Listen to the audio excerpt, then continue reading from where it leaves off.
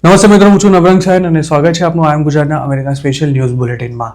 શુક્રવાર માર્ચ 13ના બુલેટિનમાં જોઈશું અમેરિકામાં ઇલીગલી રહેતા અને હાલ જેલમાં બંધ 2 ગુજરાતીઓના સમાચાર કે જેમના ડિપોર્ટેશનનું કાઉન્ટડાઉન શરૂ થઈ ચૂક્યું છે.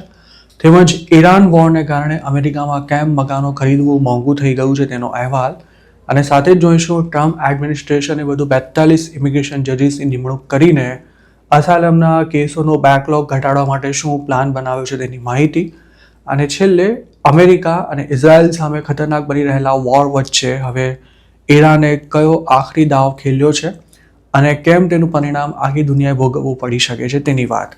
બુલેટિનની શરૂઆત કરતા પહેલા આપને જણાવી દઈએ કે જો આપ અમારી સાથે કોઈ પણ માહિતી શેર કરવા માંગતા હો તો હાલ સ્ક્રીન પર દેખાયેલા વોટ્સએપ નંબર પર પણ અમારો સંપર્ક કરી શકો છો. આપની ઓળખ ગુપ્ત રાખવામાં આવશે. અમેરિકામાં ઇલીગલી રહેતા અને હાલ જેલની હવા ખાઈ રહેલા ચિંતન પારેખ અને મેહુલ દરજી નામના 2 ગુજરાતીઓની હવે ડિપોર્ટેશનની ઘડીઓ ગણાઈ રહી છે. આ બંને ગુજરાતીઓની સાથે શીતલ સિંઘ નામના એક પંજાબીને પણ તાજેતરમાં જ મિઝોરીની કોર્ટ દ્વારા પાર્સલ કાંડમાં સજા ફટકારવામાં આવી છે. ડિપાર્ટમેન્ટ ઓફ જસ્ટિસના જણાવ્યા અનુસાર પોલીસના હાથે ઝડપાઈ ગયા બાદ 52 વર્ષના ચિંતન પારેખ અને 42 વર્ષના મેહુલ દરજીએ વાયર ફ્રોડનું કાવતરું રચવાનો ગુનો કબૂલ કર્યો હતો. તાજેતરમાં જ કોર્ટે તેમને 4 વર્ષની જેલની સજા સંભળાવી છે, જ્યારે તેમના જોડીદાર શીતલ સિંઘને પણ 4 વર્ષની જેલની સાથે સાથે વિક્ટિમ્સ પાસેથી પડાવાયેલા કુલ $6.6 મિલિયન પણ પરત ચૂકવવા માટે આદેશ કરાયો છે. કોર્ટમાં રજૂ કરાયેલા ડોક્યુમેન્ટ્સ અનુસાર ચિંતન, મેહુલ અને શીતલ ચોરીના માલનો વહીવટ કરવાનું કામ કરતા હતા. પાર્સલ કાંડનો શિકાર બનેલા જે વિક્ટિમ્સ પાસેથી ગોલ્ડ કલેક્ટ કરવામાં આવ્યું હોય તેને એકત્ર કરી પાર્સલ લેવા ગયેલા લોકોને કેશમાં પેમેન્ટ કરવાનું કામકાજ આ ત્રણેય દ્વારા થતું હતું.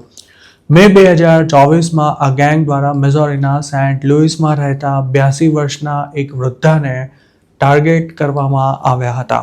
તેમનું બેંક એકાઉન્ટ સિક્યોર નથી તેવું કહી તેમને $2.5 લાખ ગોલ્ડમાં કન્વર્ટ કરી ફેડરલ એજન્ટને સોંપી દેવા માટે જણાવાયું હતું.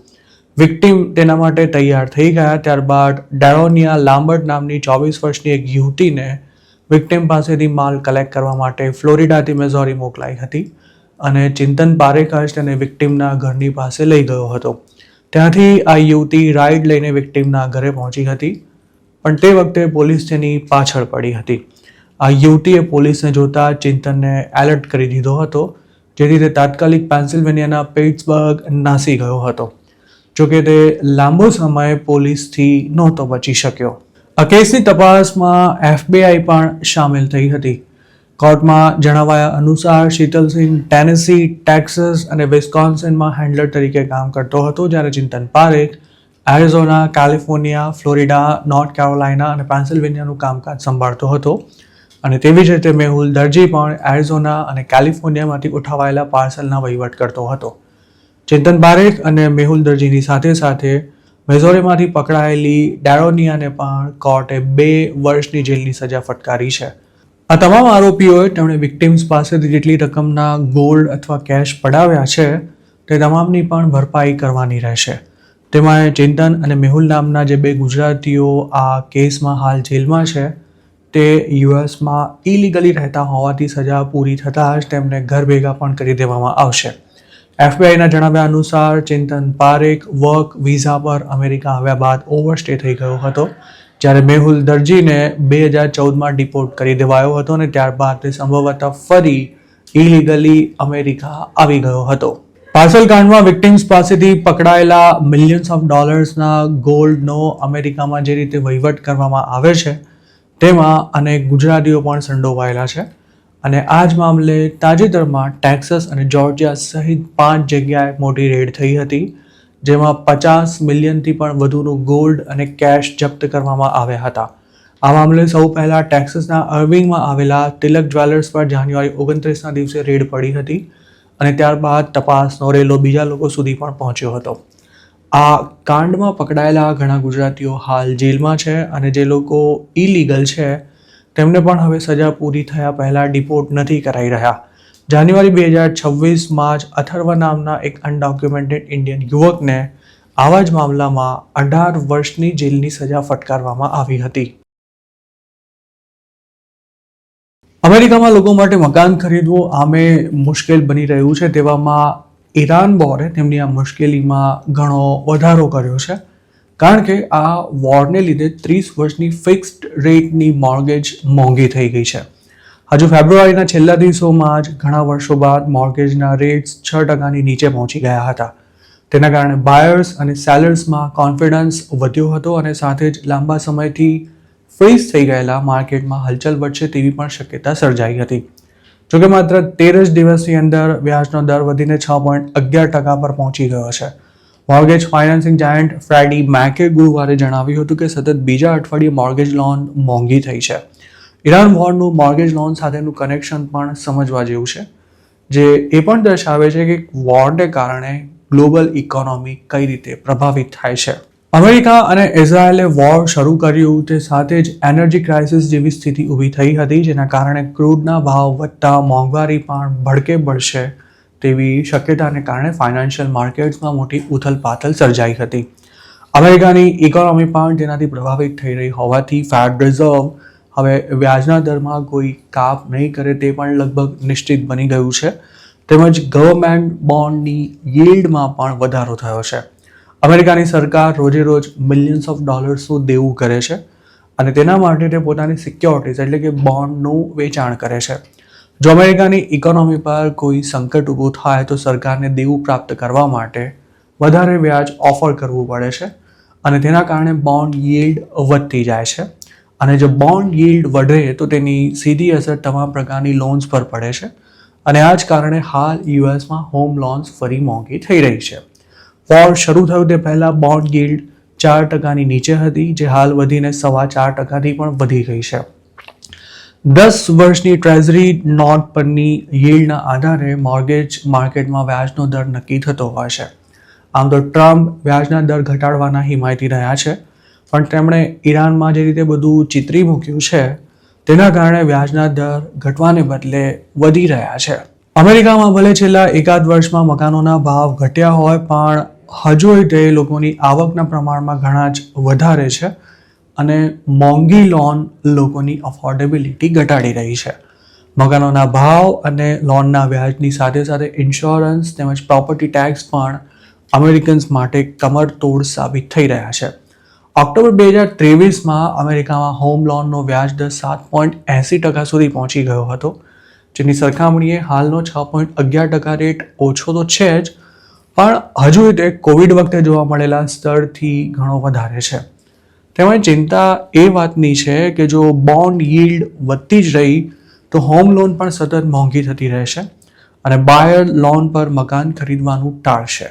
સ્પ્રિંગ સિઝનમાં જ યુએસમાં હાઉસિંગ સેગમેન્ટમાં સારી એવી હલચલ જોવા મળતી હોય છે, પણ ઈરાન વોરને કારણે એક વર્ષ પહેલાં જેવી સ્થિતિનું પુનરાવર્તન થતાં આ વર્ષે પણ મકાનોની લેવેચ પ્રભાવિત થવાની પૂરી શક્યતા છે. અમેરિકામાં કોવિડ પેન્ડેમિક બાદ હાઉસિંગ માર્કેટ જાણે થંભી ગયું છે. તે સમયે 4 થી 5% વ્યાજ પર હોમ લોન મળતી હોવાથી લોકોએ મોટાપાયે મકાનો ખરીદ્યા હતા, જેથી તેમની કિંમતમાં પણ જબરજસ્ત વધારો થયો હતો. લાખો મકાન માલિકોએ તેમની મોર્ગેજને ત્યારે રીફાઇનાન્સ પણ કરાવી હતી. જોકે હવે સ્થિતિ સાવ બદલાઈ ગઈ છે.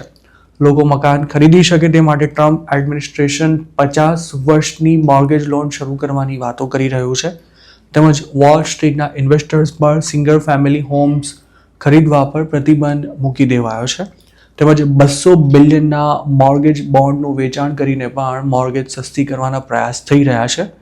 પણ હજુ સુધી મકાનોના ભાવ નીચે લાવવામાં કે પછી અફોર્ડેબિલિટી વધારવામાં જોઈએ તેવી સફળતા નથી મળી, કારણ કે મોટાભાગના અમેરિકન્સને હાલ ગમે ત્યારે જોબ જતી રહેશે તેવો ડર પણ સતાવી રહ્યો છે, જેથી તેઓ કોઈ મોટું ફાઇનાન્શિયલ રિસ્ક લેવાનું બને ત્યાં સુધી ટાળી રહ્યા છે. ઇમિગ્રેશન કોર્ટ્સમાંથી મોટા પાયે ચૂંટણીઓ કર્યા બાદ હવે ટ્રમ્પ એડમિનિસ્ટ્રેશન જજેસની નવી ભરતી પણ કરી રહ્યું છે. જોકે હવે એવા જ જજોને અપોઇન્ટ કરવામાં આવી રહ્યા છે કે જેમને અસાયલમ આપવા કરતાં ડિપોર્ટેશનમાં વધારે રસ છે. ડિપાર્ટમેન્ટ ઓફ જસ્ટિસ હવે આ જજીસને ઇમિગ્રેશન નહીં પણ ડિપોર્ટેશન જજ તરીકે પણ સંબોધી રહ્યું છે. હાલમાં જ આવા 42 નવા જજીસને અપોઇન્ટ કરવામાં આવ્યા છે, જેમાં ઘણા તો ઇમિગ્રેશન એન્ફોર્સમેન્ટનું બેકગ્રાઉન્ડ પણ ધરાવે છે. મતલબ કે હવે અમેરિકામાં અસાયલમના કેસની સુનાવણી એવા જજીસ કરવાના છે કે જેઓ ખુદ એક સમયે ઇલીગલ ઇમિગ્રન્ટ્સને પકડવાનું કે તેમની સામે કેસ ચલાવવાનું કામ કરતા હતા. જસ્ટિસ ડિપાર્ટમેન્ટની એક્ઝિક્યુટિવ ઓફિસ ફોર ઇમિગ્રેશન રિવ્યુના જણાવ્યા અનુસાર નવા જજીસે બુધવારે શપથ ગ્રહણ કર્યા હતા અને તેઓ કેલિફોર્નિયા, ફ્લોરિડા, ન્યુયોર્ક, ન્યૂજર્સી અને ટેક્સાસમાં આવેલી કોર્ટ્સમાં ફરજ બજાવશે. આ તમામ સ્ટેટ્સમાં મોટી સંખ્યામાં ગુજરાતીઓ રહે છે અને ઘણાના અસાયલમના કેસ પણ ચાલી રહ્યા છે. ટ્રમ્પ એડમિનિસ્ટ્રેશન જે નવું હાયરિંગ કરી રહ્યું છે તેનો હેતુ હાર્ડલાઇન ડિપોર્ટેશન પોલિસીને લાગુ કરવાનો છે તેમજ ડેમોક્રેટ્સ દ્વારા અપોઇન્ટ કરવામાં આવેલા જજીસને પણ મોટા પાયે રિપ્લેસ કરવામાં આવી રહ્યા છે.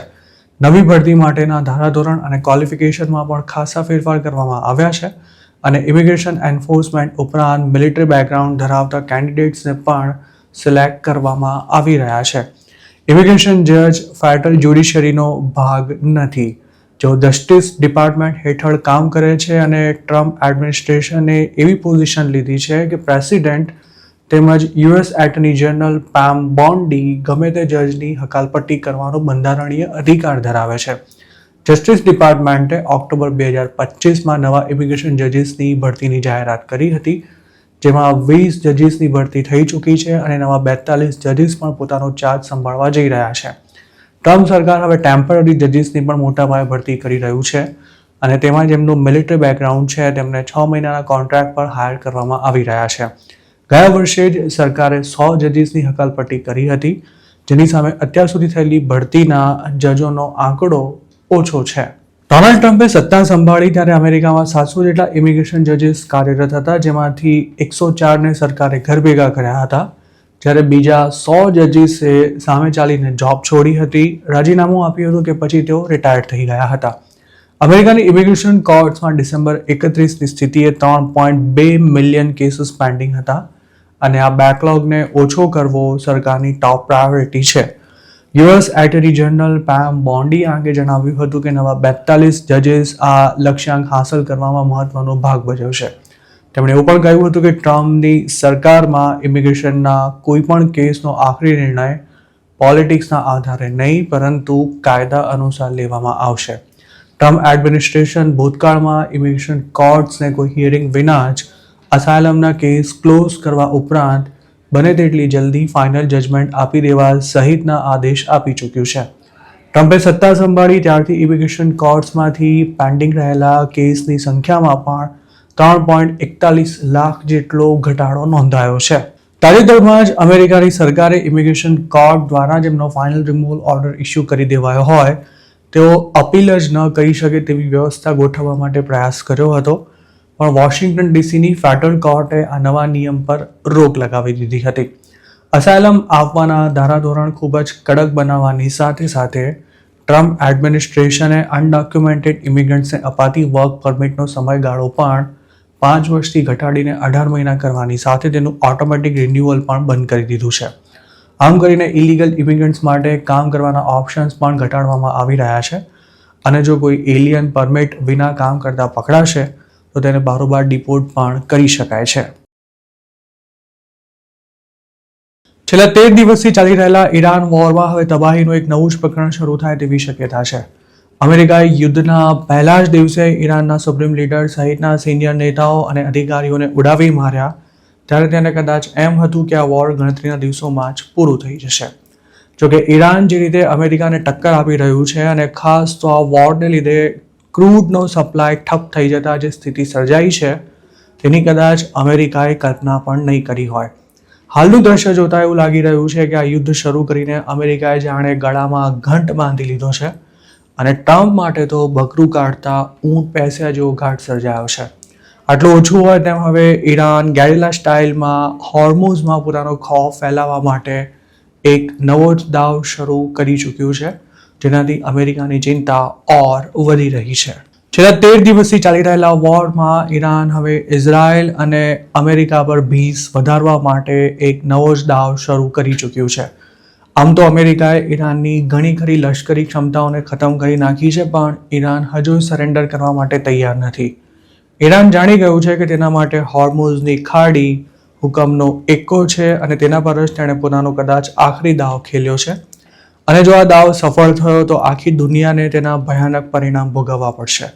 અમેરિકાના લશ્કરી અધિકારીઓનું માનવું છે કે ઈરાને હવે હોર્મુઝની ખાડીમાં માઇન્સ પાથરવાનું શરૂ કરી દીધું છે. અમેરિકા આ રૂટ પરથી જહાજોની અવરજવર સામાન્ય કરવા માટે મથી રહ્યું છે, ત્યારે ઈરાને માઇન્સ પાથરવાનું જો ખરેખર શરૂ કર્યું હોય તો અહીંથી ક્રૂડ સહિતની ચીજ વસ્તુનું ટ્રાન્સપોર્ટેશન પૂર્વવત થશે કે કેમ તે અંગે કંઈ પણ આકલન કરવું મુશ્કેલ બની રહ્યું છે. અમેરિકન આર્મીએ એવી પણ કબૂલાત કરી છે કે તેણે ચાલુ સપ્તાહમાં જ માઇન્સ પાથરી રહેલા 16 જેટલા ઈરાનિયન શિપ્સ પર હુમલો કર્યો છે. અમેરિકાએ ઈરાનની નેવીને લગભગ તબાહ કરી નાખી છે. જો ઈરાનિયન નેવી મજબૂત હોત તો તે માઇન્સ પાથરવાનું કામ જલ્દી પૂરું કરી શકી હોત, પણ હાલ આ કામ નાની બોટ્સ દ્વારા કરવામાં આવી રહ્યું છે. અમેરિકન અધિકારીઓનું કહેવું છે કે ગુરુવારથી જ સુરંગ પાથરવાનું શરૂ કરાયું છે અને ઈરાનની આર્મી હજારો નાની બોટ્સ તેના માટે તૈનાત કરી શકે છે.